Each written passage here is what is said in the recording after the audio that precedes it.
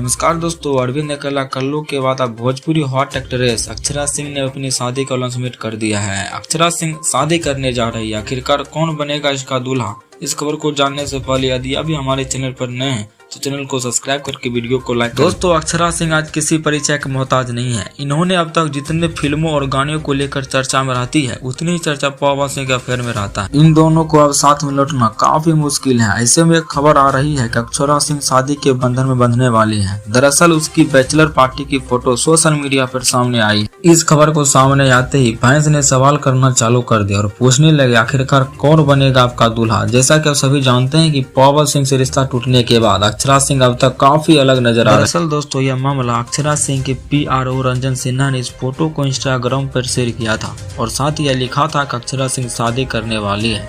इसके बाद यह खबर सोशल मीडिया पर तेजी से वायरल हो गया। परंतु अक्षरा सिंह ने ऐसा अभी कुछ नहीं कहा है कि मैं शादी करने वाली हूँ और मेरा दूल्हा कौन बनेगा।